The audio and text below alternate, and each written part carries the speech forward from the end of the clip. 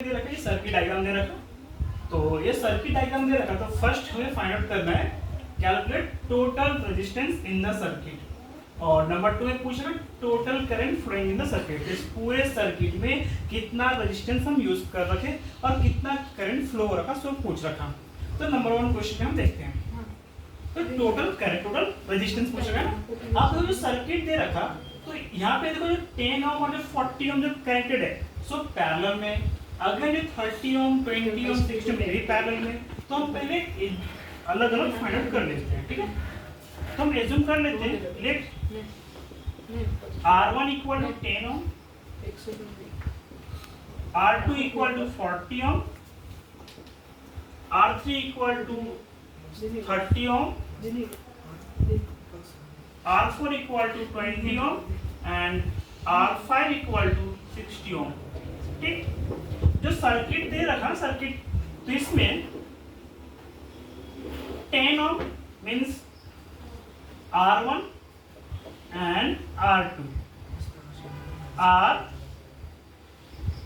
connected in parallel। ठीक, उसी तरह जो हमें R3, R4 and R5 are connected in parallel, तो कनेक्टेड है। तो हम ऐसे नोट करते वैल्यू। तो 1 by R equal to 1 by R1 plus 1 by R2। इसको हम नाम दे रहे हैं R ही देंगे, और वहां से जो फाइंड करें उसको R भी दे देंगे। R भी equal to 1 by R3 plus 1 by R4 plus 1 by R5। ठीक, तो यहाँ पे R1 कितना है 10 है, 1 बाय 10 प्लस 1 बाय 40। एलसीएम कितना 40 होगा, यहाँ पे 3 यहाँ पे 4 है, टेबल में 40 4 टाइम्स में आता है, 4 into 1 4 आता है, प्लस 40 के टेबल 41 टाइम में 1 to 1 1 आता है, तो 5 बाय 40 में रखो।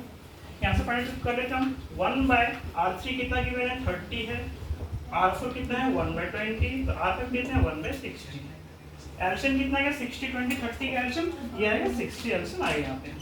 तो 30 के टेबल से 2 टाइम में आता है, 2 into 1 2 हो जाएगा, प्लस यहाँ पे 20 के टेबल में 60 3 टाइम्स में आता है, 3 into 1 3 हो जाएगा, और यहाँ पे 1 ये मुझे मिलेगा 2 3 5 1 6 6 बाय 60 मिल रखा।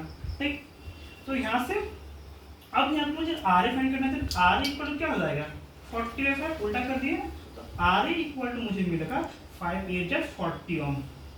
ठीक, यानी जो R1 जो 10 ओम और जो 40 ओम जो रेजिस्टेंस जो कनेक्टेड है पैरेलल में, इसका इक्विवेलेंट मुझे कितना मिला 8 ओम मिल रखा। ठीक, उसी तरह 1 बाय RB ये हमें, तो RB इक्वल कितना हो जाएगा 60 बाय 6 हो जाएगा, तो RB इक्वल मुझे मिल जाएगा 10 ओम मिल जाएगा।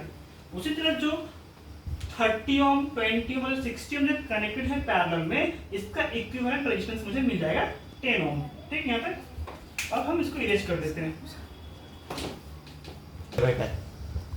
अब जो हमें RA हमें कितना मिल रखा था 8 ओम, और RB हमें कितना मिल रखा था 10 ओम मिल रखा था। अब हम ये जो पूरे जो सर्किट डायग्राम दे रखा ना, उसका हम इक्विवेलेंट सर्किट ड्रॉ करते हैं। ठीक है, तो हमें इस तरह से सर्किट मिलेगा।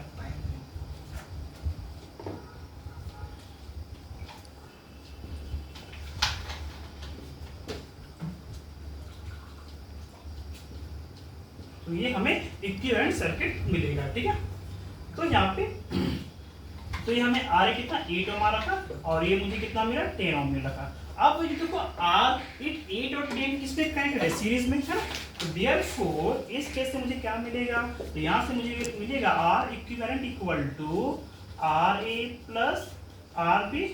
RA कितना गिवन है 8, RB कितना है 10 है, देयरफॉर R इक्विवेलेंट मुझे कितना मिला 18 ओम। मींस ये जो क्वेश्चन गिवन है ये इसने मुझे पूछ रखा था total resistance in the circuit. तो टोटल रेजिस्टेंस RA को हम कट करके RT लिख लेते हैं, मींस टोटल रेजिस्टेंस कितना मिल रखा 18 ओम मिल रखा। तो हमारा फर्स्ट पार्ट का आंसर था। अब हम सेकंड पार्ट करते हैं।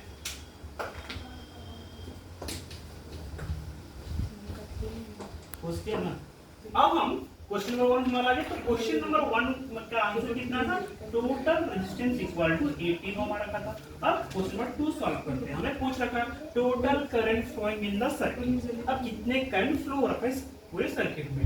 अब टोटल करंट के लिए IT मींस टोटल करंट, इसके टोटल रेजिस्टेंस चाहिए और टोटल वोल्टेज चाहिए, ठीक है।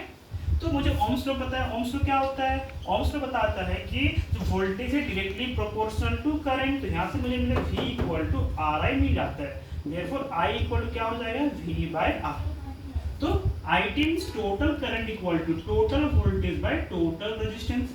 टोटल वोल्टेज कितना गिवन है? 12 वोल्ट गिवन है, 12, और RT कितना है? 18 आ रखा, ठीक है। तो 6 2 जा 12, 6 3 18, 2/3 ये मुझे टोटल करंट मिला था। 2/3 को हम ब्रेक करते हैं तो 0.66 एम्पियर मिलेगा। तो therefore the total current flowing in the circuit equal to कितना है? 0.66 एम्पियर है।